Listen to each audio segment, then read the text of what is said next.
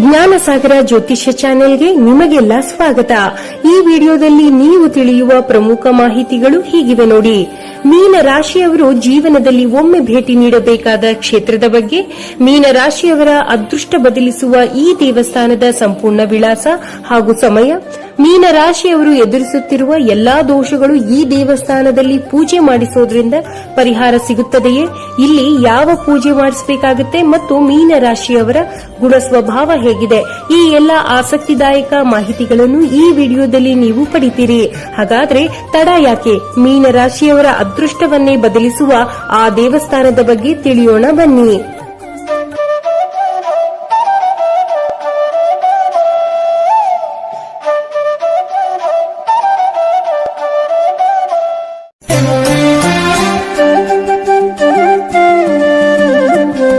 ಜ್ಯೋತಿಷ್ಯ ಶಾಸ್ತ್ರದ ಪ್ರಕಾರ ಮೀನ ರಾಶಿ 12 ರಾಶಿಗಳಲ್ಲಿ ಕೊನೆಯದಾಗಿದೆ. ಮೀನ ರಾಶಿಯವರ ಅದೃಷ್ಟವನ್ನೇ ಬದಲಿಸುವ ಕ್ಷೇತ್ರದ ಬಗ್ಗೆ ಇಂದು ನಾವು ನಿಮಗೆ ಮಾಹಿತಿ ನೀಡಲಿದ್ದೇವೆ. ವಾಸ್ತವವಾಗಿ ಈ ಕ್ಷೇತ್ರಕ್ಕೆ 12 ರಾಶಿಯವರು ಭೇಟಿ ನೀಡಬಹುದಾದರೂ ವಿಶೇಷವಾಗಿ ಮೀನ ರಾಶಿಯವರು ಭೇಟಿ ನೀಡೋದ್ರಿಂದ ದುಪ್ಪಟ್ಟು ಫಲ ಪಡೆಯಬಹುದು. ಯಾಕಂದ್ರೆ ಮೀನ ರಾಶಿಯವರಿಗೂ ನಾವು ಹೇಳುತ್ತಿರುವ ಈ ಕ್ಷೇತ್ರಕ್ಕೂ ಅವಿನಾಭಾವ ಸಂಬಂಧವಿದೆ. ಮೀನ ರಾಶಿಯವರೇ, ನೀವು ಈಗಾಗಲೇ ಬಹಳಾನೇ ಸಮಸ್ಯೆಗಳನ್ನು ಎದುರಿಸುತ್ತಿದ್ದೀರಿ ಎಂಬುದು ನಮಗೆ ಗೊತ್ತು. ಆದರೆ ನೆನಪಿಡಿ ಸ್ನೇಹಿತರೆ, ಜ್ಯೋತಿಷ್ಯ ಶಾಸ್ತ್ರದಲ್ಲಿ ಈ ಕ್ಷೇತ್ರವು ನಿಮ್ಮ ಎಲ್ಲಾ ಸಮಸ್ಯೆಗಳನ್ನು ದೂರ ಮಾಡುತ್ತದೆ ಎಂದು ಹೇಳಲಾಗುತ್ತೆ. ವ್ಯಾಪಾರ ವ್ಯವಹಾರಗಳಲ್ಲಿ ಸಮಸ್ಯೆ, ಮನೆಯಲ್ಲಿ ಕಿರಿಕಿರಿ, ಉದ್ಯೋಗದಲ್ಲಿ ಸಮಸ್ಯೆ, ದಂಪತಿ ಕಲಹ, ಸಂತಾನ ಸಮಸ್ಯೆ ಸೇರಿದಂತೆ ಇನ್ನೂ ಅನೇಕ ತೊಂದರೆಗಳನ್ನು ಇಲ್ಲಿ ಪರಿಹಾರ ಮಾಡಿಕೊಳ್ಳಬಹುದು.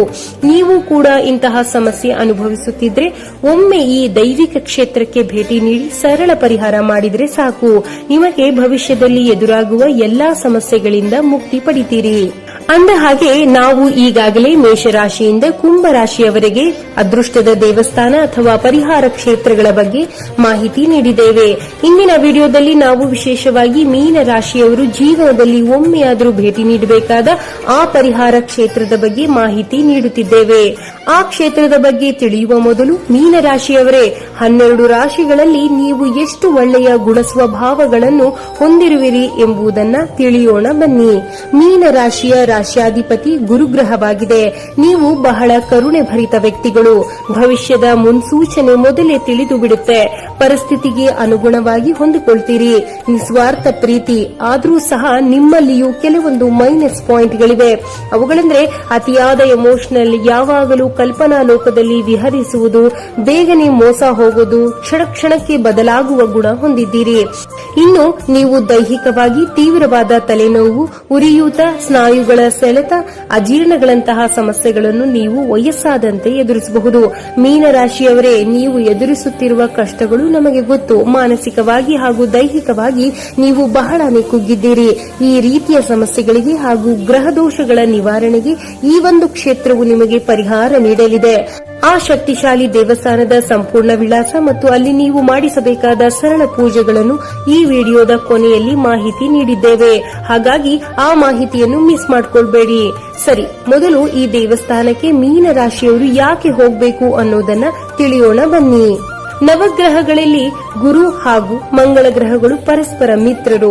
ಜ್ಯೋತಿಷ್ಯ ಶಾಸ್ತ್ರದ ಪ್ರಕಾರ ಮೀನ ರಾಶಿಯವರಿಗೆ ಕುಜನು ಅದೃಷ್ಟವನ್ನು ನೀಡುವ ಯೋಗಕಾರಕ ಗ್ರಹವಾಗುತ್ತಾನೆ. ನಾವು ಹೇಳುತ್ತಿರುವ ಈ ಕ್ಷೇತ್ರವೂ ಸಹ ಕುಜನ ಮೂಲ ಕ್ಷೇತ್ರವಾಗಿದೆ.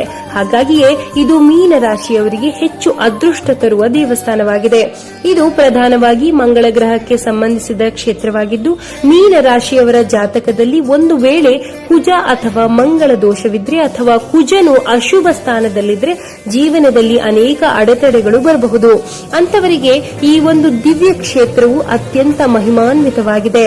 ಮೀನ ರಾಶಿಯವರು ನೀವು ಈ ದೇವಸ್ಥಾನಕ್ಕೆ ಹೋದ್ರೆ ದೀರ್ಘಕಾಲದ ಕಾಯಿಲೆಗಳಿಂದ, ರಕ್ತಕ್ಕೆ ಸಂಬಂಧಿಸಿದ ಸಮಸ್ಯೆಗಳಿಂದ ಮುಕ್ತಿ ಹೊಂದಬಹುದು.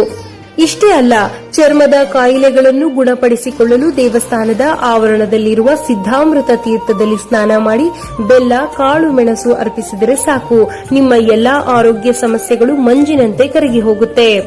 ಮೀನ ರಾಶಿಯವರಿಗೆ ಕುಜನು ಧನಕಾರಕನಾಗಿರುವ ಕಾರಣ ಇಲ್ಲಿ ಆರ್ಥಿಕ ಪ್ರಗತಿ ಮತ್ತು ಸಾಲ ಬಾಧೆ ನಿವಾರಣೆಗೆ ವಿಶೇಷ ಪೂಜೆ ಹೋಮ ಮಾಡಿಸಬಹುದು.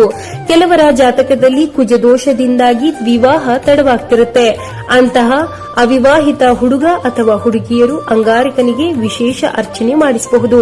ಇನ್ನು ದಂಪತಿಗಳ ನಡುವೆ ಪ್ರೀತಿ ಇಲ್ಲದೆ ಕಲಹವೇ ತುಂಬಿದ್ರೂ ಸಹ ಇಲ್ಲಿ ಅರ್ಚನೆ ಮಾಡಿಸಿ ಮೂಲ ವಿರಾಟನನ್ನು ಇಬ್ಬರು ದರ್ಶನ ಮಾಡೋದ್ರಿಂದ ದಂಪತಿಗಳ ನಡುವೆ ಮಧುರತೆ ಹೆಚ್ಚಾಗುತ್ತೆ.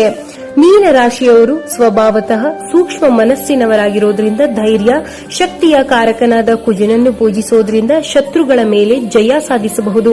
ಮೀನ ರಾಶಿಯವರೇ ನೆನಪಿಡಿ, ಈ ದೇವಸ್ಥಾನಕ್ಕೆ ನೀವು ಮಂಗಳವಾರದಂದು ಭೇಟಿ ನೀಡಬೇಕು. ಮಂಗಳನಿಗೆ ತೊಗರಿಬೇಳೆ, ಕೆಂಪು ಹೂಗಳನ್ನು ಅರ್ಪಿಸಬೇಕಾಗುತ್ತೆ. ಈ ದೇವಸ್ಥಾನದ ಬಗೆಗಿರುವ ಆಸಕ್ತಿದಾಯಕ ಸ್ಥಳ ಪುರಾಣದ ಬಗ್ಗೆ ಮೊದಲು ತಿಳಿಯೋಣ ಬನ್ನಿ. ಸ್ಥಳ ಪುರಾಣದ ಪ್ರಕಾರ ನವಗ್ರಹಗಳಲ್ಲಿ ಒಂದಾದ ಅಂಗಾರಕನಿಗೆ ಚರ್ಮದ ಕಾಯಿಲೆ ತಗುಲಿತು. ಆಕಾಶವಾಣಿಯೊಂದರ ಮಾರ್ಗದರ್ಶನದಂತೆ ಅಂಗಾರಕನು ಈ ದಿವ್ಯ ಕ್ಷೇತ್ರಕ್ಕೆ ಬಂದು ಪವಿತ್ರ ತೀರ್ಥದಲ್ಲಿ ಸ್ನಾನ ಮಾಡಿ ಆ ಪರಮೇಶ್ವರನನ್ನು ಕುರಿತು ಕಠಿಣವಾದ ತಪಸ್ಸು ಆಚರಿಸಿದರು.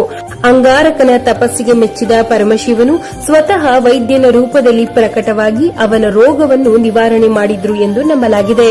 ಸ್ವಾಮಿಗೆ ಸಹಾಯ ಮಾಡಲು ಪಾರ್ವತಿ ದೇವಿಯೂ ಕೂಡ ಔಷಧೀಯ ತೈಲದ ಪಾತ್ರೆಯನ್ನು ಹಿಡಿದು ನಿಂತರು. ಈ ಕಾರಣದಿಂದಲೇ ಇಲ್ಲಿ ನೆಲೆಸಿರುವ ಪಾರ್ವತಿ ದೇವಿಯನ್ನು ತಯ್ಯಾಲ್ ನಾಯಕಿ ಎಂದು ಸ್ಥಳೀಯವಾಗಿ ಕರೆಯಲಾಗುತ್ತೆ. ಮತ್ತೊಂದು ಪೌರಾಣಿಕ ಕಥೆಯ ಪ್ರಕಾರ ಶೂರಪದ್ಮನ್ ಎಂಬ ರಾಕ್ಷಸನೊಂದಿಗೆ ಸುಬ್ರಹ್ಮಣ್ಯ ಸ್ವಾಮಿಯು ಯುದ್ಧ ಮಾಡುವಾಗ ಸುಬ್ರಹ್ಮಣ್ಯ ಸ್ವಾಮಿಯ ಸೈನಿಕರು ಸಾಕಷ್ಟು ಗಾಯಗಳನ್ನು ಅನುಭವಿಸುತ್ತಾರೆ. ಅವರನ್ನು ಗುಣಪಡಿಸಲು ಸ್ವತಃ ಭಗವಂತನೇ ವೈದ್ಯರಾದರು ಎಂದು ಹೇಳಲಾಗುತ್ತೆ. ಈ ಕಾರಣದಿಂದಲೇ ಈ ದಿವ್ಯ ಕ್ಷೇತ್ರದಲ್ಲಿರುವ ಮೂಲ ವಿರಾಟನನ್ನು ವೈದ್ಯನಾಥೀಶ್ವರರ್ ಎಂದು ಕರೆಯಲಾಗುತ್ತೆ. ಅಂದಹಾಗೆ ಈ ದೇವಸ್ಥಾನ ಯಾವುದು ಅಂತ ಕಾಯ್ತಾ ಇದ್ದೀರಾ? ಆ ದೇವಸ್ಥಾನ ಮತ್ಯಾವುದೂ ಅಲ್ಲ, ತಮಿಳುನಾಡಿನ ವೈದ್ಯನಾಥೀಶ್ವರರ್ ಕೋಯಿಲ್. ಈ ಆಲಯವು ಅತ್ಯಂತ ಪ್ರಸಿದ್ಧ ಹಾಗೂ ಐತಿಹಾಸಿಕ ಶಿವನ ದೇವಾಲಯಗಳಲ್ಲಿ ಒಂದಾಗಿದೆ. ಅಷ್ಟೇ ಅಲ್ಲ, ಈ ಕ್ಷೇತ್ರವು ಒಬ್ಬ ಮನುಷ್ಯ ಯಾವಾಗ ಮರಣ ಹೊಂದುತ್ತಾನೆ, ಯಾವ ರೀತಿ ಸಾಯುತ್ತಾನೆ ಎಂಬುದರ ಬಗ್ಗೆ ನಿಖರವಾಗಿ ಭವಿಷ್ಯ ಹೇಳುತ್ತೆ. ಈ ಭವಿಷ್ಯ ತಿಳಿಯಲು ಎಷ್ಟು ವೆಚ್ಚವಾಗುತ್ತೆ, ಅಲ್ಲಿನ ಜ್ಯೋತಿಷಿಗಳು ಯಾವೆಲ್ಲ ಮಾಹಿತಿಗಳನ್ನು ಹೇಳ್ತಾರೆ ಎಂಬಂತಹ ಹೆಚ್ಚಿನ ಮಾಹಿತಿ ಬೇಕಾದರೆ ಶಿವ ಅಂತ ಕಾಮೆಂಟ್ ಬಾಕ್ಸ್ ನಲ್ಲಿ ಟೈಪ್ ಮಾಡಿ. ವೈದ್ಯನಾಥೀಶ್ವರರ್ ದೇವಸ್ಥಾನದಲ್ಲಿ ತಿಳಿಸುವ ಆಯುಷ್ಯದ ರಹಸ್ಯದ ವಿಡಿಯೋ ನಾವು ನಿಮಗೆ ಕಳುಹಿಸುತ್ತೇವೆ. ಒಟ್ಟಾರೆ ಈ ಒಂದು ಕ್ಷೇತ್ರವು ಮೀನ ರಾಶಿಯವರಿಗೆ ಉತ್ತಮ ಆರೋಗ್ಯ, ದೋಷ ಪರಿಹಾರ ಕ್ಷೇತ್ರವಾಗಿದೆ. ಈ ದೇವಸ್ಥಾನದ ಸಂಪೂರ್ಣ ವಿಳಾಸ ಹಾಗೂ ಸಮಯ ತಿಳಿಯುವ ಮುನ್ನ ಈ ದೇವಸ್ಥಾನದಲ್ಲಿ ಯಾವ ಪರಿಹಾರ ಪೂಜೆ ಮಾಡಿಸಬೇಕು ಎಂಬುದನ್ನು ತಿಳಿಯೋಣ ಬನ್ನಿ. ದೇವಸ್ಥಾನದ ಆವರಣದಲ್ಲಿ ಸಿದ್ಧಾಮೃತ ತೀರ್ಥವಿದೆ. ಇಲ್ಲಿ ಸ್ನಾನ ಮಾಡೋದ್ರಿಂದ ದೇಹದ ಅನೇಕ ಕಾಯಿಲೆಗಳು ವಾಸಿಯಾಗುತ್ತೆ. ಸ್ನಾನ ಮಾಡಲು ಸಾಧ್ಯವಾಗದೇ ಇರೋರು ತೀರ್ಥದ ನೀರನ್ನು ಪ್ರೋಕ್ಷಣೆ ಮಾಡಿಕೊಳ್ಳಬಹುದು. ಮಂಗಳವಾರದ ದಿನದಂದು ಅಂಗಾರಕನಿಗೆ ಹಾಲಿನ ಅಭಿಷೇಕ ಮಾಡಿಸಿ. ಮಂಗಳನಿಗೆ ಪ್ರಿಯವಾದ ಕೆಂಪು ಬಣ್ಣದ ವಸ್ತ್ರವನ್ನು ದಾನ ಮಾಡಿ. ಮಂಗಳನಿಗೆ ಪ್ರಿಯವಾದ ತೊಗರಿ ಬೇಳೆಯನ್ನು ದೇವಸ್ಥಾನಕ್ಕೆ ಅರ್ಪಿಸಿ. ಆರೋಗ್ಯ ವೃದ್ಧಿಗೆ ಹಾಗೂ ಮಾನಸಿಕ ನೆಮ್ಮದಿಗೆ ಇಲ್ಲಿನ ತಯ್ಯಾಲ್ ನಾಯಕಿಗೆ ಪ್ರಾರ್ಥನೆ ಮಾಡಿ. ಪೂಜೆಯ ಸಮಯದಲ್ಲಿ ಕೆಂಪು ಬಣ್ಣದ ವಸ್ತ್ರವನ್ನು ಧರಿಸಿ ಹೋಗಿ. ದೇವಸ್ಥಾನದಲ್ಲಿ ತಿರುಚಂದು ಉರುಂಡೈ ಎಂಬ ಔಷಧೀಯ ಪ್ರಸಾದ ನೀಡ್ತಾರೆ, ಅದನ್ನು ಮಿಸ್ ಮಾಡಿಕೊಳ್ಬೇಡಿ. ಇನ್ನು ಈ ದೇವಸ್ಥಾನದ ಸಂಪೂರ್ಣ ವಿಳಾಸ ಹೀಗಿದೆ ನೋಡಿ.